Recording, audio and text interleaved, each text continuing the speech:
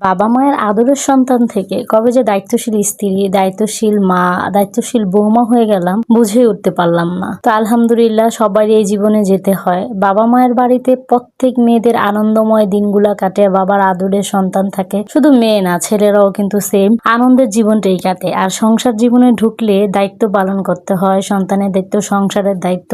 আর এই দায়িত্বগুলো পালন করতে করতে একদিন কবরে যাওয়ার জন্য আমাদের প্রস্তুত হতে হয়। আর এটাই সবার জীবন। আর এই জীবনে কিন্তু শুধু নারীদেরই যে বেশি দায়িত্ব তা না, একটা নারী পুরুষ দুজনেরই কিন্তু বিয়ের আগে বাবা মার ঘরে থাকা জীবনটা অনেক আনন্দময় হয়, কোনো দায়িত্ব প্যারা কিছুই থাকে না। তো আলহামদুলিল্লাহ এই জীবনে সবারই যেতে হয়, সবাই কিন্তু সমান কাজের অধিকারী। তো গল্প করতে করতে কিন্তু আমার রান্নাটাও শেষ। আমাদের বাসায় প্রায় 15 জনের রান্নার আয়োজন হচ্ছে, মেহমান আসছে। আর এগুলো সব আমি নিজ হাতে রান্না করেছি। আমার যা, আমার শাশুড়ি মা এগুলো সবকিছু আমাকে কেটে রেডি করে দিয়েছে। আর আমি নিজ হাতে এগুলো সব রান্না আমি একা একা রান্না করেছি আলহামদুলিল্লাহ। আপনাদের সাথে গল্প করতে করতে কিন্তু আমার রান্না বান্না প্রায় শেষ পর্যায়ে। তো আজকের মতো আমি এই পর্যন্ত আপনাদের সাথে গল্প শেষ করলাম।